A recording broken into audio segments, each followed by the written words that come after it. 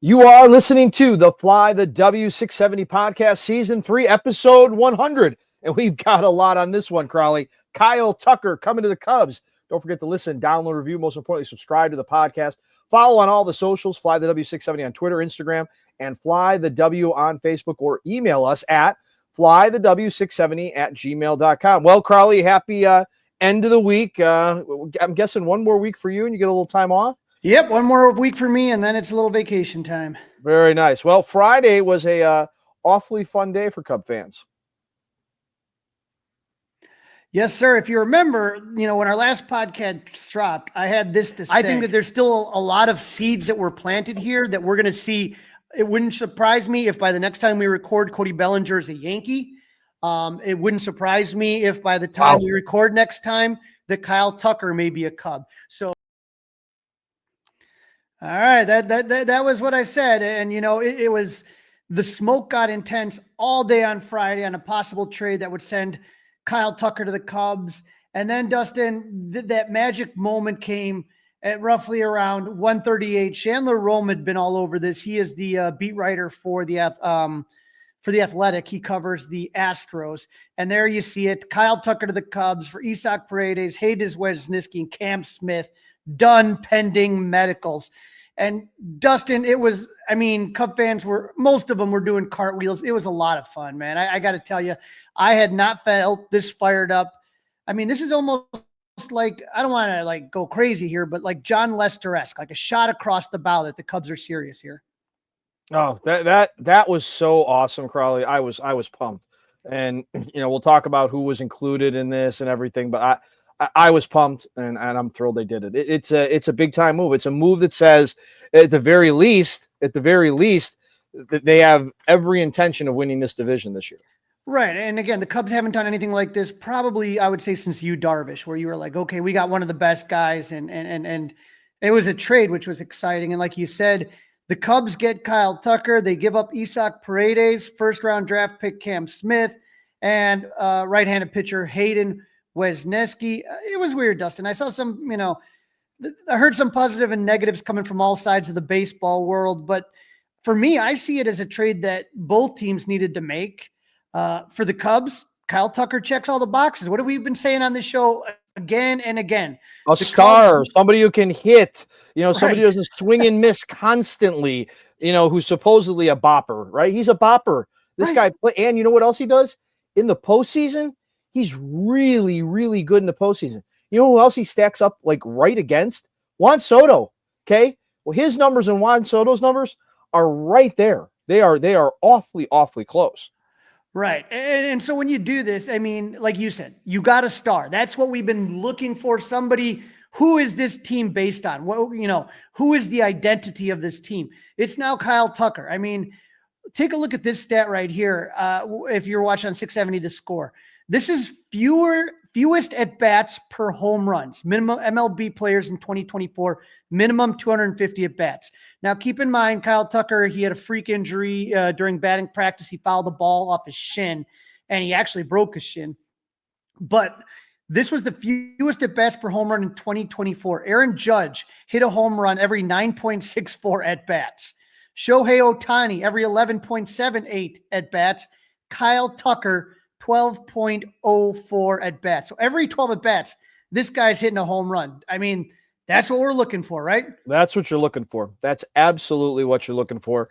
Again, Crawly, I'm thrilled. I have no issues with them getting rid of Cam Smith. I mentioned this on the air with Mully and Haw. Like that was the guy. If they had to have a guy, you don't know you can't. Nobody's fallen in love with Cam Smith yet, as far as Cub fans go, and even the organization. Okay, they invest first round pick. First round picks get traded all the time. Okay, look at the big move that just happened, also involving a Chicago team when the White Sox traded Garrett Crochet. Red Sox traded 2 pretty recent first round picks, and then supposedly that Hayden Wesneski had to be included. Okay, listen, I think Hayden needed another, a new voice in his head. Maybe he might end up being really, really good. He might, and I hope he does for him. Right? They're not going to play the Cubs all that often, the Astros. So no big. Isaac Paredes, get the hell out of here, right? Good. Didn't work out at all. Get out. See ya. Well, Dustin, another thing that you take a look at that you mentioned is just not a guy that strikes out a whole bunch. And for me, that is what gets me excited is his OPS plus, right? This is from Chris Kompka. Of 151 players with at least 1,500 plate appearances from 2001 to present. This is where we go. Best OPS plus. Number 1, Aaron Judge. 2, Ohtani. 3, Yordan Alvarez. 4, Juan Soto. 5, Bryce Harper. 6, Freddie Freeman. 7, Vladimir Guerrero Jr. Tied, and then right after him, tied is Kyle Tucker and Mookie Betts. You know who's not on that list, Crawly? You know who's not on that list? A Cub. Okay, until now.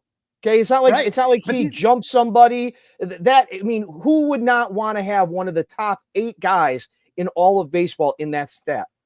Exactly. This is exactly. Look at the names that he's being compared to. Look at who his peers are here, right?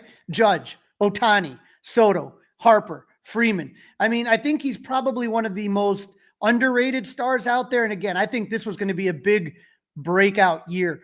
The one that blew my mind, though, Dustin, is when I saw Andy Martinez of Marquee put this out on Twitter. This is where Kyle Tucker's offensive numbers would rank if he played on the Cubs in 2024. He would have been 2nd in home runs with 23, 7th in RBIs with 49. He would have been 6th in stolen bases with 11. His average would have been 2nd, his OBP 1st, his slug 1st, his OPS 1st. All of this, and so when you look at the numbers game, though, he did all of that in only 79 games. So think about it. Ian Happ had the most home runs on the Cubs, 25. I was going to say it was right there. Games. Right there. If Kyle Tucker plays 153 games, he's got 35? Easily. Right? At least 40. 35? I'm going 40. I'm going 40. Now let's when do we start talking about some of the things that you have to worry about? Played half of his games indoors, right? That's not going to be a thing, obviously, here. So is he going to be able to translate with the cooler weather, right? Is he going to get off to a slow start because, the Cubs are going to play some inclement games? You only have 1 year of control, and then he is going to be a guy, if he continues to perform the way he's performed, and obviously that's what you're hoping, he's going to be a guy that's going to be, at the very least, Crawly, north of $300 million. A package that is north of $300 million. So, the Cubs are never going to sign that. Well, let's see. Maybe he falls in love with Chicago, right? Maybe he loves playing here. That's what you can hope for, and that's the risk. Okay, when was this first round pick going to be coming up anytime soon to play third base for the Cubs? If this trade had not been made, the answer is no. Now, here's what I don't want them to do. I want to see what this looks like with Cody Bellinger in the lineup, and I know we're going to talk more later in the podcast about the future of Cody Bellinger. But at least for 1 year. For 1 year. Give me Cody Bellinger and Tucker in this lineup, and let's see what happens. Well, there's a lot you can do here. But, when we talk about Tucker and all these offensive stats, he also can play some defense, right? He won the Gold Glove in right in 22. And then I looked at his defensive runs saved metrics from 21 to 24. And if you take a look here, he has the most defensive run saves from a right fielder in that time period. It's Kyle Tucker with 33, then Fernando Tatis Jr., Mookie Betts, Max Kepler. So this guy can hit. Wait, don't, if you can you put that back up really quick? Yes, sir. Hold on 1 second. Oh, you know whose name I don't notice? Oh, geez. Where's the right fielder for the Cubs all this time? Seiya Suzuki? No Seiya Suzuki in the top 10. No Seiya Suzuki in the top 10. So you just upgraded again. It's not like you upgraded and downgraded and we got to meet in the middle. You've doubly upgraded. Great graphic, Crawly. Great graphic. You're better offensively. You're better defensively. You're better on the bases. There's no way that Kyle Tucker makes you, less of a team. And so now you're going to have Ian Happ, PCA, and Kyle Tucker in that defense in the outfield. And Dustin, per your pals at Circa Sports, here's what happened to the Cubs odds when that Kyle Tucker trade was made. Went from plus 1025 to plus 2000. Or the NL pennant odds went to 1025, and then the World Series odds went to plus 2000. So it changed dramatically. And so you got to be really excited that even Vegas thinks that the Cubs are clearly going to be a better team. As far as the Astros, and you're talking about Cam Smith and Isaac Paredes, here's the situation. Astros are not sure they can re-sign their free agent third baseman, Alex Bregman, right? So Paredes is some insurance. They have Cam Smith as their third baseman as the future. And like you said, we don't know when that's going to be. We talked last episode how the Astros finished second behind the Cubs in trying to trade for Isaac Paredes. So the Cubs got that for Christopher Morel and Hunter Biggie. The Astros were the second team. If the Cubs didn't put Hunter Biggie in it, then they would have gone with the Astros. Why did the Astros want Paredes so bad? And Dustin, you talked about, well, what is it with park factors? How's Tucker going to do? Yeah, we talked about that a minute ago, right? At Wrigley Field. Well, this is what Paredes' home runs would have looked like if he would have played in Minute Maid Park. He would have had 26 home runs compared to 19. Here's his career home run spray. His home run spray chart, Dustin, he's nothing but a pull left field home run hitter. And so you have those Crawford boxes that are like, it looks like, I don't have the exact dimensions, but it looks like 150 feet away from home plate. So for a guy that hits every single home run to the left field foul pole and a little bit towards center, he's going to increase his home run totals. It's a good move there. And to get Cam Smith, perfect. So to me, this deal is a no-brainer. And for the negative Nellies, I don't know what to say, man. You gave up, I know it's only 1 year of control, but what are you really losing? Paredes, did he really blow you away? No. Let's see what Matt Shaw can do, right? Right. Let's see what Matt Shaw can do. You opened up a spot for Matt Shaw. Wisniewski had some moments as a swing reliever, but he's not an ace. He didn't give up an ace. Cam Smith has 1 year in the minor leagues, and now you have a spot to slot Matt Shaw in. Now, do I think Kyle Tucker signs an extension with the Cubs? Not right now. Absolutely not. I don't think it's happening until the 2025 season is over. Remember? Yeah, no. He's going to hit free agent. Listen, he's going to hit free agency, right? There's no doubt about that. He's going to hit free agency. That doesn't mean the Cubs can't sign him back, right? So, and if you look here, this is, I think, the stat that we were talking about, you and I, off the air, when you talk about how he compares to Juan Soto. This is 162 game average since 2021. Kyle Tucker, 35 home runs to Juan Soto's 34. Extra base hits, Kyle Tucker has the advantage there, 73 to 64. And slugging percentage, he has a 527 to a 520 advantage. So there's slim, but it's think about this. Think about what Juan Soto just got paid. And think about how much better Juan Soto has made every lineup that he's walked into, right? Going to make everybody on the Cubs lineup a little bit better. Right. And if you're Tucker's agent, you looked at what Soto got. And to me, it would be malpractice if he would sign an extension before free agency. Oh, right. And the fact that he's going to be able to do this with the Cubs, hopefully, Crawly, like do his showing off, if you will, right? That's going to be huge. And you remember than doing it in Houston. Remember, the Cubs are going to have an exclusive window to try to re-sign him after the season is over. And as we've said before, they have the dough, right? They have the dough. So if it's really a thing, then fine, And Dustin, for me, Hayden Wesniewski is gone, and so I do want to say that Hayden was a great kid. I have like you said, maybe this is a change of scenery for him. He kind of was going in between like that swing role and not a swing role. He did have a really cool tweet that he sent out after he found out he was actually, his hometown is right by Arlington. And so he said, "It is crazy and how 24 hours can change your life. Thank you, Chicago, for treating my family and I so respectfully. It has been a great 3 seasons and a cool start to my career. With that being said, it has always been a dream to play for my hometown team. It's good to be back." So, he's happy. The Cubs are happy. I think Cub fans should be happy. So this is a great, like I said, this move makes the Cubs a better team instantaneously. They make them a contender. And if you're not happy, Cub fans, if you're not happy with this, please shoot Crawly and I an email, flythew670@gmail.com, flythew670@gmail.com, and let us know what we are missing here. Okay? Yeah. Seriously, let us know what we're missing, because as Crawly, you used the words earlier, I will use your words again. The negative Nellies out there, feel free, email us, flythew670@gmail.com. Yeah, and Dustin, the cool thing about Friday is that the Cubs were not done. We also talked about this on the last episode, that concern about backup catcher. They got it done. Catcher Carson Kelly signs with the Cubs. Jeff Passan reports it at 5:51 p.m., so about 4 hours after that, after trading for Kyle Tucker. We talked about how the Cubs struggled at the catcher position last season. Yan Gomes fell off a cliff. Thomas Nido got injured, and they picked up Christian Bethancourt, who had a nice couple of weeks, but really didn't do much. And we looked at the catchers that were available at the free agent market, and it really was Kyle Higashioka, Travis d'Arnaud, Danny Jansen, and Carson Kelly.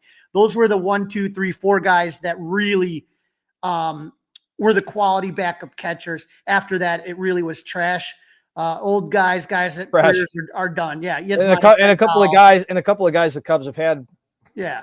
James McCann, Yan Gomes, Tucker Barnhart, Martin Maldonado. Right. That wasn't what you were looking for. It's what you didn't want. And so Kelly's deal with the Cubs is worth $11.5 million guaranteed. He gets $5 million in each of the 25 and 26 seasons, and has a $7.5 million mutual option. So both team and player for the 27 season, or a $1.5 million buyout that the Cubs can activate. And so Kelly is a nice complementary piece to pair with Amaya. Dustin, against righties last season, Amaya slashed 256, 316, 393. You're going to take that from a catcher, no problem, right? Yeah, absolutely right. But against lefties, he slashed 163, 207, 256. Kelly, on the other hand, slashed 227, 299, 366 versus righties, but he slashed 302, 388, 419 against lefties. So I guess we can assume when he'll be penciled in for sure, right? Absolutely. He's always going to be in against lefties. And again, you can give, he's not going to kill you behind, he's a good catcher. He can call a good game. I would say he might be a better defensive catcher than Miguel Amaya. All right. That's good. So you got a guy that can control the running game. I mean, I'd be curious. This is going to be really curious to see how Craig Counsell plays all this.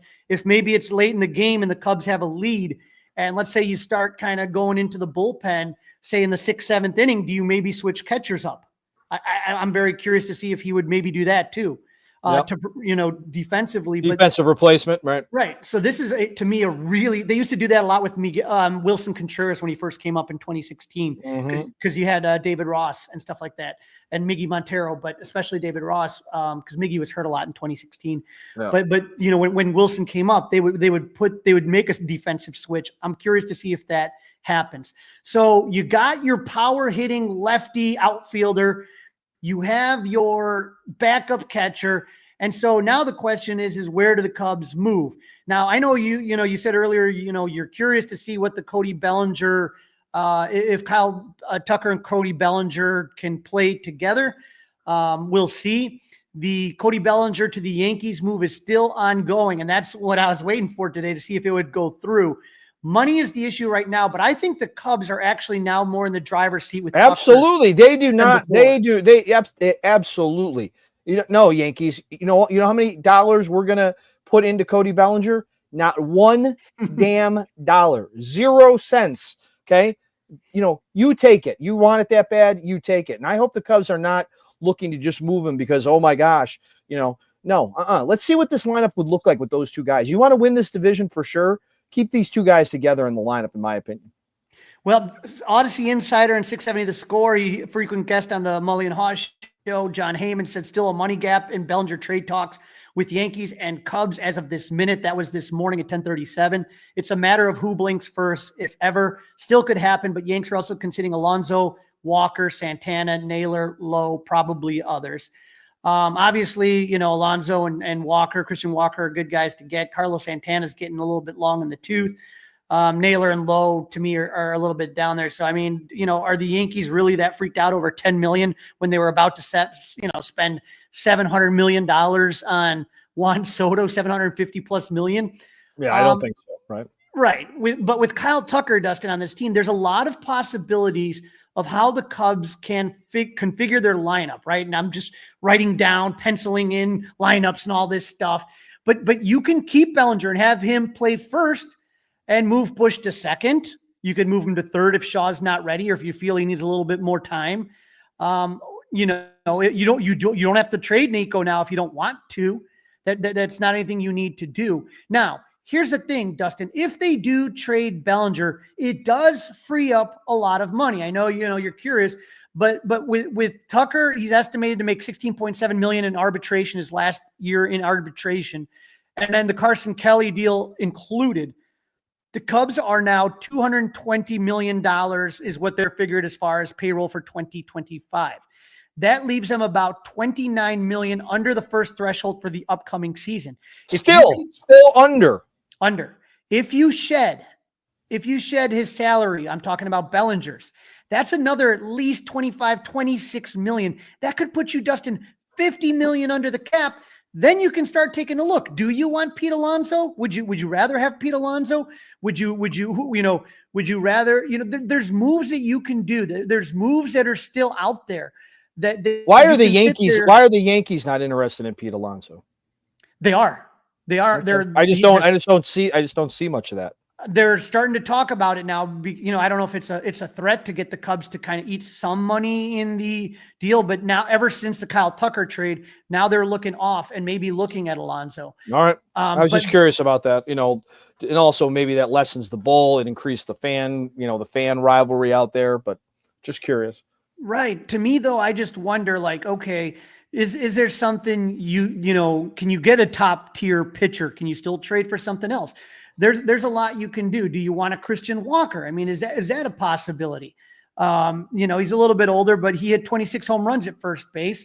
Imagine if you had Christian Walker at first and Michael Busch at second. Now you move Michael Busch down. Now you're moving Michael Busch to second. That means you're probably trading Nico. Right. Mm-hmm. But you're talking there. If you got between Walker, Tucker, and Busch, you may be talking about 75 home runs. Right. And then don't forget Ian Happ. Right now we're talking about 100 home runs. Yeah. So right now what they're thinking about Christian Walker, they're thinking he's going to get 2 years, $44 million. It may be more with that because of the money that's been thrown around this season, but he led all NL first basemen with 14 outs above average, right? But he's not going to get a big payday at 34. Nope. He's not going to cost you a ton of money, but he can still pick it and he can still hit it. And so to me, there's options that are just I'm just sitting here trying to kind of figure out how exactly I want to play all of this out. And to tell you the truth, it's a good problem to have. I enjoy sitting here. These are fun. Yeah. These are fun being the armchair general manager for the Cubs. It's awesome. Now we talked, like I said, maybe they go into starting pitching. I don't know. One thing that was weird, this is, it started with Bob Nightingale and then Bruce Levine, also from 670 The Score and Marquee, put this up about Jesus Luzardo. I don't know if you saw this, Dustin, but the Cubs and Marlins are talking about a deal for starter Jesus Luzardo. Marlins want young, controllable bat back. But it says James Triantos and Owen Casey would likely be in the deal. To me, Dustin, you cannot get rid of Owen Casey if you do not have a deal in place to extend Kyle Tucker. No, I agree. I mean, again, this is also gives Owen Casey another year not to have to, I guess, rush. Right. That's what this still a young does. Kid. Right. If it takes Triantos to get that deal done, I'm fine with it. I'm not fine. I wouldn't be fine with Owen Casey. He's another lefty too. You know what I mean? Mm-hmm. He's another lefty, and that's where I'm kind of Yeah, it doesn't make a ton of sense, right? Right. Now, and none of those other, but again, unless the new lefty from the Guardians, right? Unless he ends up more of a bullpen guy. We'll see. Ken Rosenthal also mentioned the Cubs kicking the tires on Seattle righty Luis Castillo. And maybe that happens. And maybe that happens with a Nico Hoerner trade, right? Maybe Nico Hoerner, maybe Cody. I don't think Cody Bellinger would, but there's been talks about Cody Bellinger going over to Seattle. So maybe maybe Nico and Cody Bellinger go to Seattle. All right. These like I said, these are the things that you can do. Do you want, an Alex Bregman to play third and Shaw to play second? And then you could trade Nico and Cody over to Seattle for maybe a young pitcher, like a AAA pitcher that's close, and Luis Castillo. These are all possibilities that you can now do, but you've answered a huge part of the puzzle with getting Kyle Tucker. You are listening to the Fly the W670 podcast, episode number 100 of season number 3. Kyle Tucker is coming to the Cubs. Don't forget to listen, download, review, subscribe to the podcast. leave us a 5-star review. And Matt, again, if you are unhappy about Kyle Tucker because of what the Cubs gave back, please email Crawly and I, flythew670@gmail.com. And don't forget, you can watch us on the 670 The Score YouTube page. In this segment, Crawly's talking to Pat Manaher, the Assistant Director of Brand Heritage for the Cubs, to talk about Cubs authentic items, auctions, and the 12 days of authentications. Joining me now on the Fly the W podcast, I'm happy to have on my friend Pat Manaher. He is the Assistant Director of Brand Heritage for the Chicago Cubs. Pat, how you doing today? Good. How are you, Crawly? Thanks for having me. Oh, I'm excited to have you on because, I like to kind of sometimes show people maybe some things about the Cubs or Wrigley that they may not know about. And the best time to do it is the off season. And you have a really unique job. Tell our listeners what it is you do at Wrigley Field. Yes. So one of the main things I do is oversee with our other full-time associate here, Gus, the Cubs Authentics program. So that is the leading source of Cubs game used or autographed memorabilia. We sell that in the ballpark at Wrigley Field on game days. We have weekly auctions online at MLB's auction site, cubs.com/auctions. And the fun thing about that is that all of our net proceeds are actually donated to our Cubs Charities program. And it's been that way now since about 2015. So the program's been around for a while, and it's great to help fans, really take home a piece of the game, essentially. Yeah. And, when you talk about that authentication program, it really kind of started helping, started in like 2001, and they've been kind of like tweaking it over the years. But MLB has 220 official authenticators, and most of them are either active or retired law enforcement officers. Yep. They sit in the dugout, and when a piece of memorabilia like a ball or a bat or anything, they get it, they put a sticker on it, they log it into the computer. Does that sound right? Yes, correct. So the big thing is a chain of custody for any item that comes directly from the field. So they have to actually witness it. So for example, a jersey, they have to witness it being taken off a player in order for it to be game used. If not, it cannot be noted as game used. Same thing with a baseball. If it's a baseball hit by PCA for a single, and that ball is not, the thing you got to remember is we don't collect every game used baseball from a various game. We're not out there in the stands trying to collect baseballs that are thrown to fans, whether that's by a player or obviously home run balls. We do not collect either. Those are kept by fans. Of course, foul balls, we're not out there in the stands going to reach those. It's really just balls that either the umpire or the players throw out of play, if they get scuffed up too much, that then make our way to the authenticators. They mark that ball exactly what happened to it. So, and Patrick, you and I both know a lot of times when people throw back the opposing team's home runs, yes, that change custody, exactly what you're talking about. I know too many people that'll keep the gamers and throw back a batting practice home run. Yeah. But a lot of times the cool thing is if there is something of significance, you guys are aware of it, maybe a player's first hit or they get their first save or something like that. And that, especially I think a lot of the coaches and stuff are aware of that and make sure that, okay, that let's say that's PCA's first hit. Give me the ball. Mm-hmm. I'll take it and make sure it gets to the authenticator and all that stuff. Right. Yeah, totally. And I mean, especially with this, newer crop of younger players, like you said, the MLB authentication program has been around now for over 20 years. A lot of on-field personnel are familiar with it, which is helpful. If they want something done, they just go directly to the authenticator. They don't need to, I don't even need to deal with it, honestly. So. And then you get started, like you said, in Wrigley more around 2015. That's a good year to kind of get started, huh? Yeah, exactly. So the Cubs Authentics program launched at Wrigley Field and for the Cubs back in 2012. I started here in 2013, and then we had, as you're well aware, we had quite the fun window from call it end of 2014 up until whenever cutoff date you want to put it there. Say 2021 maybe. Yeah, exactly. Collecting a lot of items, not only to sell, for fans to add to their collection, but we also saved a ton for our team archive for displays that we have done, since then, and some, items that still haven't been seen by the public. Now, let me ask you, Patrick, one of the most famous moments in Cubs postseason history, Kyle Schwarber hits a home run on top of the Budweiser scoreboard. Now, Yes. I don't think you had to go up there, correct? But didn't No, Authenticator have to go up there? No. So that's one where technically it was out of the line of sight of an authenticator, unless he, happened to be on top of the scoreboard when it was hit. He could do it then, but once it goes on top of the scoreboard, obviously, it's lost. The line of sight is lost. So they're not able to authenticate that one. But that one is, again, that was a little bit before my large time here, but I believe we covered that one, if you remember, with the glass case on top of the scoreboard there, and then I believe we have it here somewhere in our archive. So let me ask you, Patrick, Pat, what do you, as far as it goes, when you decide to put something in the archives, who determines that? Is that you? Does Ed Hardig, the historian, get involved? How do you guys determine what pieces to keep in the archive?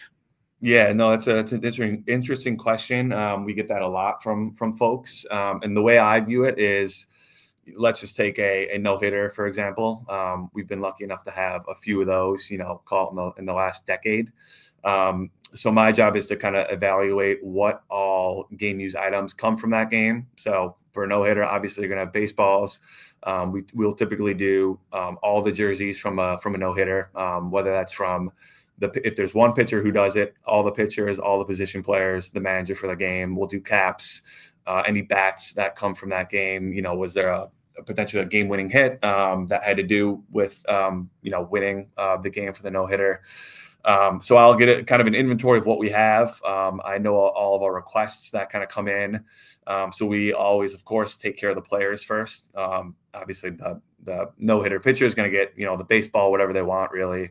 And then we look to, what can we save for the team? Is there another part of, that pitcher's uniform or something they did during the game that we can save for the team archive? And then kind of anything that's left there is available for the Cubs Authentics program to sell again for Cubs charities. So luckily there's kind of enough to go around. If you want to think about it, the players get like the most premier items, deservedly so. The team archive will, again, make a request to the players to keep items and kind of explain a little bit like, hey, this is what or where we'd want to display it, whether it's this year or in coming years or, 20, 30 years down the line to keep the, keep your legacy going with the team. And then, as I think, we typically don't have too many items to sell from no-hitters because of this reason. And you just had the first no-hitter at Wrigley, I think, since Milt Pappas this year with the combined one. And I mean, how were you when that game's going on and there's like, okay, you're watching and okay, we're getting to the fifth, sixth, seventh. Does all of a sudden you guys kind of kick in and all of a sudden, okay, we need to get this. Does it just kind of lead me through the process of what was going through your head as that Shota Imanaga combined no-hitters going on? Yeah, totally. So as you know, we also, through the Cubs Authentics program, pre-sell game-used baseballs and bases from every game. So every game, we do not release those baseballs to fans who purchase them until there's a hit for both teams, just for that reason. So if there is, a no-hitter that comes up, people start asking for baseballs that they purchased around maybe the fifth inning or so. If there's a no-hitter still, then we say, hey, check back in another couple innings. There's a no-hitter going on right now. We may need to hold some of these things for historic purposes. As we get, later on in the game, call it 6th, 7th, 8th, we'll start maybe making a list of things we may want to authenticate. Again, all these jerseys, all these caps and whatnot. We'll see what baseballs we have. We'll start reaching out to the clubhouse and saying, hey, they're obviously aware of it. We try to be a little bit hands off as it's going on, but maybe just put a bug in their ear like, hey, this is things that we're going to want to authenticate if something, notable happens here. Sometimes it can be a little superstitious with that stuff. So we let them enjoy the moment as it unravels as well. And then if it does happen, we come together with a good plan with the authenticators. Again, like I said, we have some experience doing this now, luckily, and so do our authenticators. So they kind of know what we're looking for. So that's kind of the plan. It's always a fun day when that happens. Yeah, and so for people that aren't aware, sometimes you walk around Wrigley and maybe you just don't even notice. You guys have an authentication store, and it's right when you walk into the marquee, right to the right, and Yes. right past that, there's a Cubs store. But you guys are right next to it, and if you're not paying attention, you might just miss it. And there's all sorts of cool stuff there, right?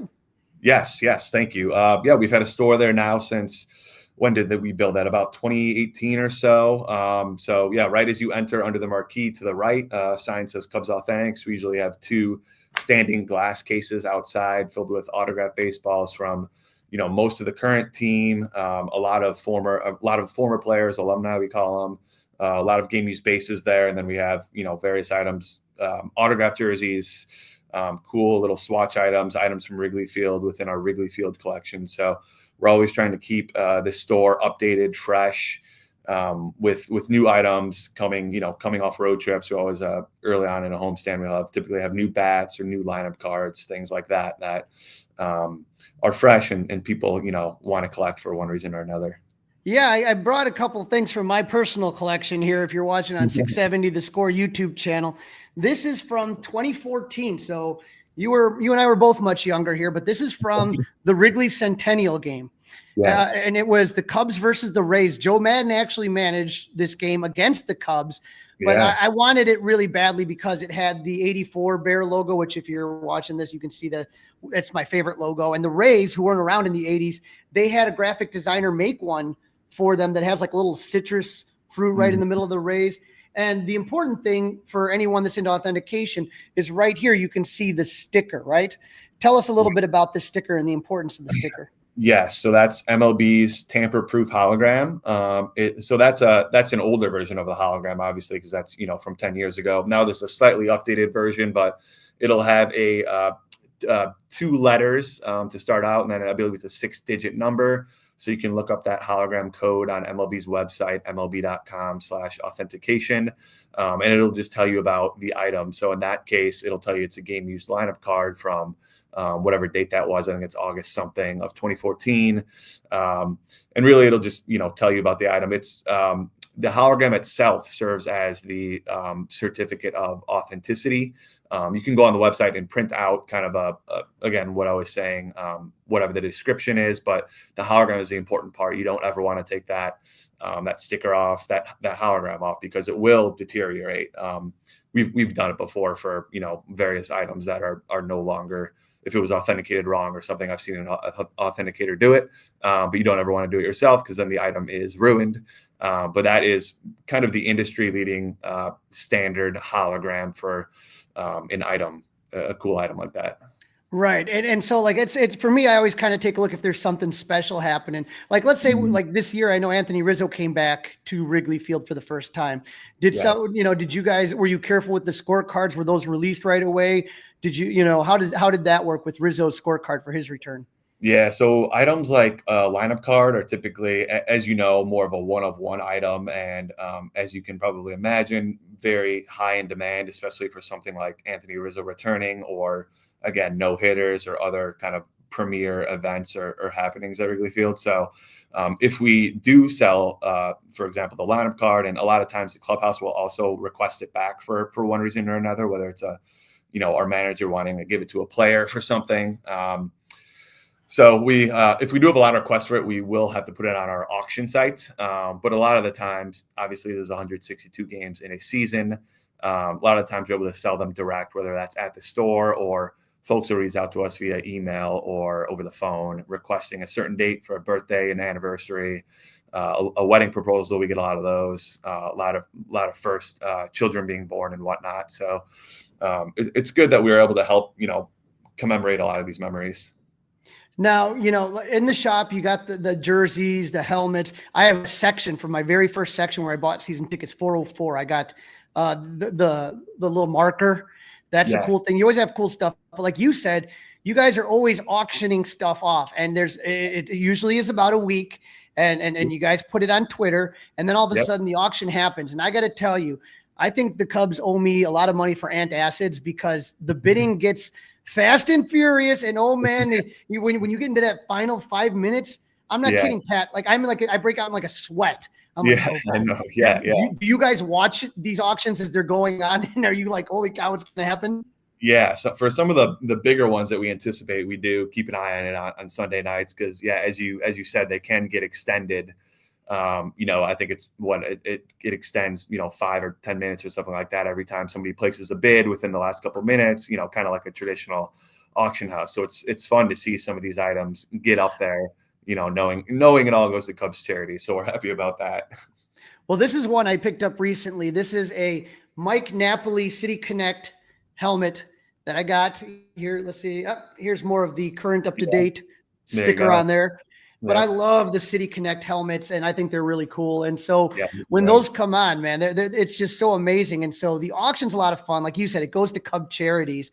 And, recently you guys in the last week, this is always kind of the time of year that it's fun that you guys have a special promotion, the 12 days of auctions. Tell us a little bit about the 12 days of auctions. Yes. So this is something we've been doing for a while now, maybe even pushing 10 years. But so we'll start every day, starting usually in early December. We'll have a special 24-hour auction. So the first day we'll have 12 items. Second day we'll have 11. Third day we'll have 10, so on and so forth. As you can see here, each day, this is our social graphic we will release on Twitter. Each day is a mystery as to what it could be. We have 2 more days left. So right now, currently up for auction, which ends at 8 p.m. Central Time tonight. We have 3 equipment bags that we received from the clubhouse. I think these are some of our more unique items. The bids I think are pretty low right now, which is kind of surprising, but sometimes you can get a deal on our auction site. So yeah, three equipment bags, which is kind of cool. You can put bats in there or whatever. If you have a lot of things in your collection, like you do, of course. And you have 2 more days coming up. So the last item will end. I can't say what it is, but it'll end Friday night at 8 o'clock. So that's been successful. To me, I feel like the game use market has just exploded when you talk about game use jerseys, helmets, bats, photo matching, all that stuff. Have you noticed in the years that you've been working here, just kind of the explosion of that part of the hobby? Mm-hmm. Yeah, definitely. I mean, even outside of baseball, right? Like I see all this crazy memorabilia going on Twitter for, non-sports things, movie memorabilia, other historical events, around the world. It's cool to see some of this stuff because you're like, oh, I remember that from way back when, right? And like we all have a certain certain nostalgia for different kinds of things. And the Cubs and their fan base, of course, have, but probably, the best fans in MLB. And, we have a lot of history, both for the team and a lot of, something that we can offer that a lot of other teams can't besides Boston is, the history of Wrigley Field and, of course, being a federal landmark. So, yeah, I mean, it's been crazy to see in my career here how much the game use industry has continued to grow really year in and year out. The one thing I did take a look at this year was Shohei Ohtani stuff. When Shohei Ohtani came to Wrigley, Cubs, Dodgers, were you shocked at how high those prices went for the Shohei Ohtani stuff? Yeah, exactly. So that's one where it's like, obviously everybody's going to want, as much of a piece as you can get from Ohtani and his items. But again, like we don't have much from him when he comes here. He'll play 3 games or whatever it was, collect a couple hits. If we get all of those hits, we have, a ton of people asking. So I think those are a lot of baseballs that we ended up putting on our auction site. And yeah, that was something to see. It's hard to, if we were to sell something like that direct, it's hard to come up with a price. We're not experts on his industry. And I mean, some of these other things that MLB or the Dodgers have auctioned off this year have just been astronomical, like setting records, I'm sure, for MLB. Did you ever have that situation? I know it was with Shohei's 50th home run. I remember McGuire when number 70. Have you ever had a situation where you had to negotiate with a fan to get a certain piece of memorabilia? Not myself, no. I think we do a pretty good job of that. I think it's just really, you have to understand, what exactly the conversation is between, the player or the clubhouse, and what the item is. Like I said, I think there's enough to go around from special moments like that. And typically the players are pretty willing to work with fans for a historic baseball. Really is kind of the main thing, right? Because that's what goes in stands. So yeah, we haven't had any problems, at least on my end, since I've been here on that stuff. Yeah. And so the next time I'm going to see you, Pat, is going to be at Cubs convention. Tell Yes. me the role that that Cubs Authentics plays at CubsCon. Yeah, I mean, that's coming up here in just over a month, right? I think it's starting to hit us now internally. I know we're all starting to plan it here in marketing. So Cubs convention for Cubs Authentics, we'll of course have our authentic store in the basement of the Sheridan. That'll open Friday. And then we'll also have, which has become kind of a fan favorite and super fun for us as well, is the live auction. So we'll have that as well again this year. So that will start on Friday at 2:15 p.m. And then we'll have it again on Saturday starting at 1:15 p.m. I'll give you a little preview into the types of items that we're going to have. I think we're going to have more than last year, actually. But a little preview here, Shota Imanaga's game used jersey from his 10 strikeout game versus the D-backs earlier this year. We actually are going to have the game used pitching rubber from the combined no-hitter. Wow. So that's kind of fun. We're going to have a Sandberg Day game used base, batting helmets. We do have some opening day game used jerseys left. Kind of a more unique item, something we don't often have, is clubhouse equipment trunks. I'm sorry. It's kind of hard to. You've probably seen the clubhouse guys rolling them around, but just old trunks that they're not using anymore. Kind of good to store memorabilia in. So that's kind of just a little preview of the live auction. We'll have myself and Gus there, and the clubhouse guys are kind of the auctioneers, which is always fun. It's a great time, and it'll be good to stay inside there. I'm sure it'll be freezing during convention, as always. and what one of the cool things that you have got to get involved in are the pop-up shops for the Cubs Hall of Famers, right? And I know you had something for the Sandberg statue, and it's a little pop-up. It's next to the Cubs store. Tell us a little bit about that and how much fun has that been for you to kind of create that, and what goes into that? Yes. Yeah. So now it's officially now the Motorola Razor Room. Cubs Hall of Fame pop-up is what we had in September. We had the Ryan Sandberg statue pop-up from when his statue was unveiled at the end of June up until I think that was end of August. So yeah, we had kind of empty space there, and we knew we had a lot of artifacts that we wanted to, it was more of a display play. We're not selling anything in there. This is historical memorabilia. We've had, a lot of our own stuff that we own and that has been stored within our archives on display there. We've also been fortunate enough to have some private collectors help us and loan some things to help us complete some of that storytelling in there around Kerry Wood and Aramis Ramirez specifically for this year. So that's something we're looking to continue to do next year and in years moving forward, just knowing all this history that we have and really these physical artifacts that we have that we want to continue to really show off, honestly. Well, Pat, where can our listeners find out more about Cubs Authentics, and where can they follow you on the socials? Yes, you can follow us on Twitter/X at Cubs Authentics. We're pretty active there. Again, just promoting auctions, new items and whatnot. Best place to go online is probably just straight to our auction site, cubs.com/auctions.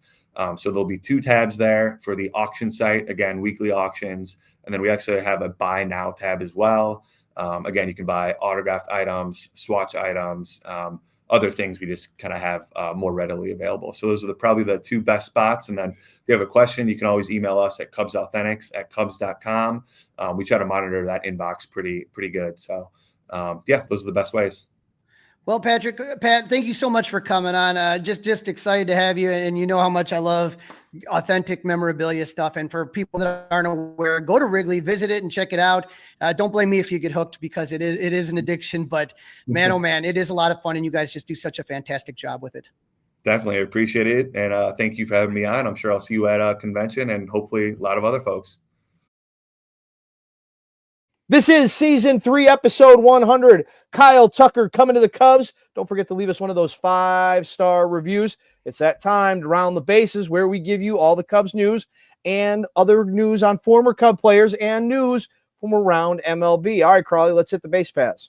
Yes, sir. The Cubs were not the only team making moves. In a trade that impacts the NL Central, Milwaukee sent closer Devin Williams to the Yankees for starter Nestor Cortez and minor league infielder Caleb Durbin. Durbin had a nice Arizona Fall League. Dustin, I'm just glad to see Williams out of the NL Central. Now, I know the Yankees are going to use former Cub Trevor Meagle probably for the closer, and they always kind of somehow have somebody hiding somewhere in Miller Park. I don't know where they get these guys, but glad to see that airbender change up that Williams thrown out of the NL Central. So right, that's good. Other NL Central news: Nolan Arenado may be leaving the division. He has a no trade clause, but he would waive it for the Dodgers, Padres, and Angels. So they're on his wish list. He would also be willing to accept a trade to the Phillies, Mets, or Red Sox. But Dustin, Father Time remains undefeated. Arenado, just did not look himself last year. You see Paul Goldschmidt, Cardinals don't even want him anymore. He's a free agent. I'm looking at this and saying to myself, but what Arenado can do defensively still, I'd be happy to see him out of the division as well. Yeah, good riddance. The A's agreed to a deal with the Rays to acquire left-handed starter Jeffrey Springs and lefty reliever Jacob Lopez on Saturday. Tampa Bay's return, they're going to get some right-handers, Joe Boyle, Jacob Waters, outfielder Will Simpson, and a 2025 competitive balance round A draft pick. So more moves happening. And Dustin, this has been fun because last year the offseason was slow as molasses. This year we're seeing trades. We're seeing free agents getting signed early. I mean, think about it. The biggest names already off the board before Christmas. Yep. When last year it was just, we were going into spring training and 4 of the top free agents still weren't signed. Mm-hmm. So, this has just been fun. I've enjoyed it. We do have some farewells, Dustin, to say. Patrick Wisdom, the Cubs DFA'd him in the fall. He has been playing in the Mexican Pacific Winter League for the Naranjeros de Hermosillo. He actually was named the Player of the Week with a 294 average, 3 home runs, 7 RBIs, 5 hits. So he's crushing it down in Mexico, but he is going to take his talents across the Atlantic next season, or I guess you could say the Pacific as well, actually. He's going to be in Korea at the KBO, the Korean Baseball Organization. He got signed by the Kia Tigers. Obviously, I've talked about, how much I just really respect Patrick as a human being. Just a great dude, and I'm just glad he gets to continue his dream of playing professional baseball. And you never know, some of these guys just have great seasons playing overseas, and then you see them come back. Yep, there's been plenty of those stories. Yep, there's been plenty of those stories. Also, the Dodgers signed former Cub David Bodie to a minor league deal. So for all my Cub fans in Oklahoma, that wonderful group of Cub fans, they will be seeing plenty of him for the AAA affiliate Dodgers. I always will say, Dustin, that ultimate grand slam that he hit is one of the most amazing moments that I had at Wrigley in a non-postseason game, like like a regular season game. It was just electric. Sunday night baseball. Yeah. Just a great game. Cubs down 3-0, and then to hit a grand slam in the 9th. It is one of the most unique stats out there, the ultimate grand slam. And so I think he was a guy that had a flair for the dramatic. He had some, rough injuries. And he just never could kind of crack the lineup again. But again, a guy that never gave up. And when you think about how hard it is, Dustin, to go to AAA after you've been in the minor, the majors a couple of years, I never heard anything negative about him. Never, complaining, wanting, I know he got a, contract. It's not like he made Juan Soto money, but he was a guy that was really good to the young players. Sometimes it's good to have those veteran guys in your AAA to kind of, impart wisdom on the young guys. No doubt about that. So Northwestern football has released their 2025 schedule, and there's a couple of pieces over at Wrigley, huh? Yeah, we got our 2025 Northwestern Wildcats schedule. The Wildcats on November 15th will take on Michigan. Did you hear about that, Dustin? I did. And you better buy this time, Crawly. You better invest. That's a good investment on there. That's a good investment because Michigan was not happy. They wanted this game against the Wildcats to not be played in Soldier Field or in Wrigley Field. They wanted it in Soldier Field, so more of their fans could attend the game. So, but that's, I think, one of the cool things about playing a game, a football game in Wrigley is it's a lot more intimate. there. Like, yeah, not all of your fans are going to be able to go there, but there will be a buzz. I don't know if it'll be as good of a buzz as there was against Ohio State, but there will be a buzz for that one. yes, sir. And on November 22nd, they will play Minnesota at Wrigley Field. So you got those two games. And Dustin, I know you and I are both hoping that I know the hockey is very exciting. The Winter Classic. I was down at Wrigley last weekend and got to see they already had the Blackhawk sweaters in the Cubs store window. Oh, yeah. But I'm looking forward to having the Winterland at Wrigley back. That always is great. Next year, right? We'll get it back next year. Yeah. We will not get it this year at all. No. Not all right. Speaking of things to do in the winter, when you and I were texting about the Kyle Tucker news, you were not available, Crawly, for an emergency podcast because you had a date night and went and saw Wayne Messmer. Yes, sir. The incomparable Wayne Messmer. He 40 years with the Cubs, whether he was a PA announcer, he's done the anthem, and he does God Bless America with his lovely wife, Kathleen, numerous times. He had his Christmas show at Hey Nani in Arlington Heights. Food was fantastic. A little lobster mac and cheese for me. And yeah, Wayne, just has this great jazz group that he plays with. He has a guy that plays the brass instruments, a guy that plays the woodwinds instruments. He has a stand-up bass and a piano. So Hey Nani is a small venue. I know the Sonic 45s with Len Casper and your co-worker, Matt Spiegel, played there a couple of weeks ago, but it's a really cool music venue. And so just to see Wayne and his family and everybody, they are just wonderful people. And if you have the chance next year, and we'll have to kind of let people know in advance when tickets go on sale, they go on sale early and they sell out quick because the venue, like I said, doesn't hold that many people.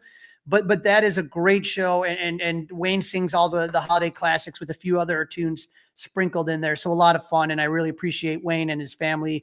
Just great people to kind of hang out with. And I told him this is the year that he has to call my Cubs Con bingo number. 25 years, Dustin, is enough. Enough is enough. It's time for me to enough win. is enough. Time for Crawly to win. All right. Well, fingers crossed that you win on that, Crawly. All right, guys, that's a wrap. Don't forget to listen, download, review, and subscribe to the Fly the W podcast. We're on all the socials, Facebook, Instagram, Twitter, obviously, and you can email us. Again, I'm encouraging some email action if you're one of those negative Nellies about this move of Kyle Tucker. flythew670@gmail.com. flythew670@gmail.com. And, of course, you can watch us on the Score YouTube channel by subscribing. Crawly, enjoy the start of the last regular week of work for you of this year, and we will be back together very soon. Yes, sir. I feel that there's going to be a lot more flying the W's over on Clark and Addison. Jed is cooking. He ain't done yet. Go Cubs! Hey, guys, it's Crawly. Thanks for watching. If you enjoyed this video, please don't forget to give it a thumbs up and subscribe to our channel for more content like this. If you want to see more of our videos, be sure to check out our playlist and let us know what you think in the comments below. Also, don't forget to follow us on social media to stay up to date with our latest episodes. Links are in the description. Thanks again for watching, and we'll see you in the next video. Go Cubs!